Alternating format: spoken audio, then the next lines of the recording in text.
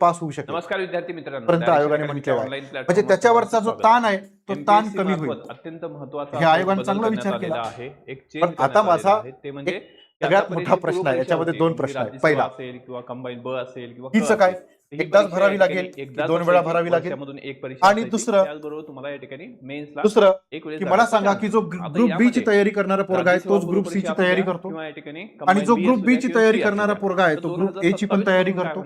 ते वर्षभर मग या तीन पूर्व परीक्षा ज्या आहेत या तीन पूर्व परीक्षा द्यायच्या, परीक्षा होणार आहे. ठीक आहे, त्याची तयारी करायची परीक्षेमधून आपण या ठिकाणी आणि मग पुन्हा डबल तुम्ही वर्षातून प्रत्येक परीक्षा जर 2 वेळा घेतली तर तो पोरगा 6 वेळा परीक्षा देईल. एकच वेळेस होणार आहे. पण पूर्व परीक्षा म्हणजे त्याच्या अभ्यासामध्ये गोंधळ जो आहे तो गोंधळ वाढणार नाही का?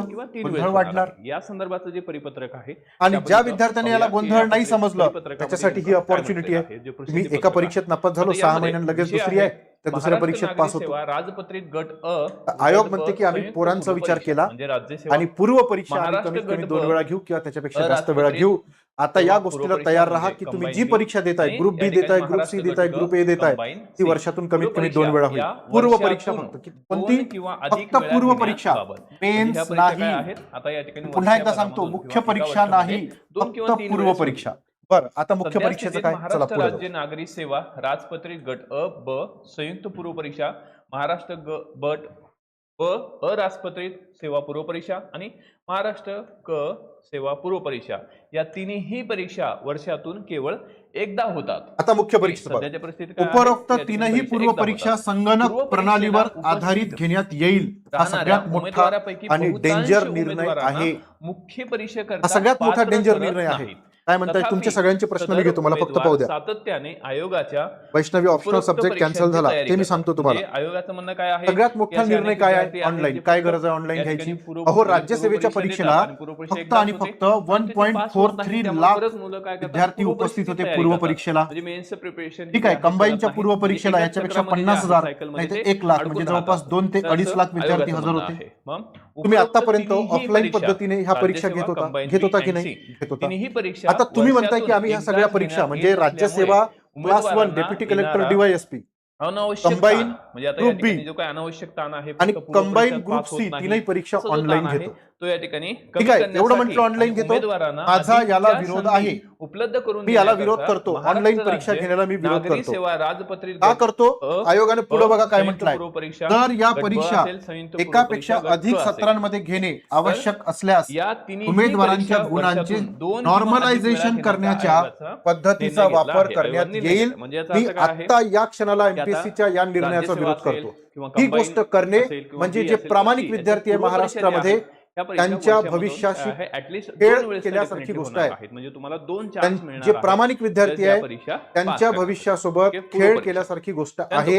आणि नॉर्मलायझेशन या प्रक्रियेला मी वैभव राऊत विरोध करतो. जे आहेत घेण्यात येतील, कारण नॉर्मलायझेशन हे इतकं डेंजर भूत आहे, मी याला सैतान म्हणेल, की ज्यामध्ये विद्यार्थ्यांच्या फायद्यापेक्षा नुकसान होते. आणि कोणत्या विद्यार्थ्याचं नुकसान होते? जो प्रामाणिक विद्यार्थी आहे, जो अभ्यासू विद्यार्थी आहे, त्याचंच आतापर्यंत नुकसान झालेलं आपल्याला पाहायला मिळते. म्हणून या गोष्टीच्या विरोधात संपूर्ण महाराष्ट्रात नाही संपूर्ण देशात त्याच्या विरोधात प्रचंड असंतोष होता विद्यार्थ्यांच्या मनामध्ये. म्हणून सरळ सेवा परीक्षा ज्या आहे त्या काढून एमपीएससी कडे दिल्या. त्याप्रमाणे संबंधित सेवा की एमपीएससीची जी इमेज आहे ती अत्यंत प्रामाणिक आहे, पारदर्शक आहे, प्रामाणिकपणे परीक्षा घेईल, ऑफलाईन पद्धतीने परीक्षा घेईल. नॉर्मलायझेशन नावाचं जे झंझट आहे, जो नॉर्मलायझेशन नावाचं डेंजर भूत आहे, ते प्रामाणिक विद्यार्थ्यांच्या मानगुटीवर बसणार नाही आणि अभ्यास करणाऱ्या पोरांचा तोटा होणार नाही. आणि एमपीएससीने हा निर्णय घेतला, मी विरोध करतो. ठीक आहे, एमपीएससी कोणी लागून गेली असेल, कॉन्स्टिट्यूशनल बॉडी असेल, पण एमपीएससीचं काम आहे प्रामाणिक पोरांच्या भविष्याला आकार देणे, त्यांच्यासाठी परीक्षा घेणे आणि त्यांना अधिकारी बनवणे. आणि हे कॉन्स्टिट्यूशन मध्ये दिलेलं आहे, त्यानुसार हे आयोग बनलेले आहे. आणि कॉन्स्टिट्यूशन आपल्या आज्यानं आपल्या बापानं मान्य केलं म्हणून लागू झालेला आहे. आणि त्यांच्याच पोराच्या भविष्यासोबत जर असा खेळ खेळला जात असेल तर मी याचा विरोध करतो. तुम्ही करता का? कमेंट बॉक्स मध्ये सांगा फटाफट. मी हे अत्यंत घातक पद्धत आहे. नॉर्मलायझेशन ही अत्यंत घातक पद्धत आहे. माझा एक चॅलेंज आहे आतापर्यंत मी सांगतो की एखाद्या विद्यार्थ्याला 200 पैकी 200 पेक्षा जास्त मार्क कसे पडू शकतात? म्हणजे मुलं जे आहेत त्या त्या जगाच्या इतिहासामध्ये असा एकही विद्यार्थी शोधून सापडणार नाही की ज्याला आउट ऑफ मार्क मिळालेले आहे. मग ही पद्धत कशी? हे बघा, इकडे लक्ष द्या की तुमच्या सगळ्यांना माहिती असेल, तुम्ही सरळ सेवेच्या परीक्षा दिल्या असेल. एक्स नावाचा विद्यार्थी, वाय नावाचा विद्यार्थी, झेड नावाचा विद्यार्थी, 3 वेगवेगळ्या शिफ्ट मध्ये पेपर दिले. त्या शिफ्टचा पेपर वेगळा नाही की मुख्य त्या परीक्षा शिफ्टचा पेपर वेगळा म्हणजे हे सर्व विद्यार्थी जो आणि या शिफ्टचा पेपर वेगळा पास होईल. आणि मग हे कोण ठरवणार की हा पेपर कठीण आहे, हा पेपर सोपा आहे, हा पेपर मध्यम आहे? हे कोण ठरवणार? आता जी बॉडी ती परीक्षा घेणार ही ठरवणार. आणि मग जर एखादा पेपर हा पेपर कठीण आहे असं ठरवलं पहिल्या शिफ्टचा आणि दुसऱ्या शिफ्टचा पेपर सोपा आहे असं ठरवला, म्हणजे कठीण असलेल्या शिफ्टच्या पोराचे मार्क वाढणार, याचे मार्क कमी होणार किंवा तेवढेच राहणार. ही पद्धत अत्यंत गुंतागुंतीची आहे, अत्यंत घातक आहे आणि याच्यामुळे खूप नुकसान झालेलं आहे. आणि याचाच विरोध होता म्हणून सरळ सेवेतून ह्या परीक्षा काढल्या, एमपीएससी कडे दिल्या आणि एमपीएससीने तेच काम करायला सुरुवात केलेली आहे आणि हे एकदम घातक गोष्ट आहे.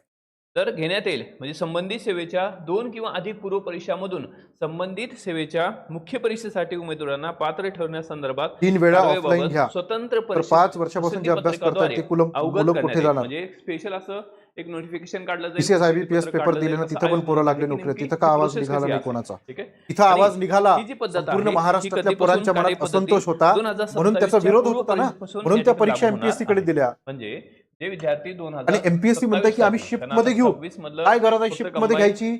अहो, तुमची पोरं बसते किती? 27 सप्टेंबरला दीडला. आहे. महाराष्ट्र एवढं मोठं राज्य आहे, राज्यसेवेच्या तुम्ही जिल्हा लेवलवर ज्या याच्यापेक्षा आहेत, जास्त 2006 पोरांच्या परीक्षा आयोजित केलेल्या आहेत. मग शिफ्ट मध्ये घ्यायची काय गरज आहे? संपलेल्या आहेत, बी सुद्धा काही गरज नाही. त्याच्यामुळे शिफ्ट मध्ये तुम्ही परीक्षा 27 घेणे preparation म्हणजे हे करताय, चुकीची गोष्ट आहे माझ्या अभ्यासानुसार.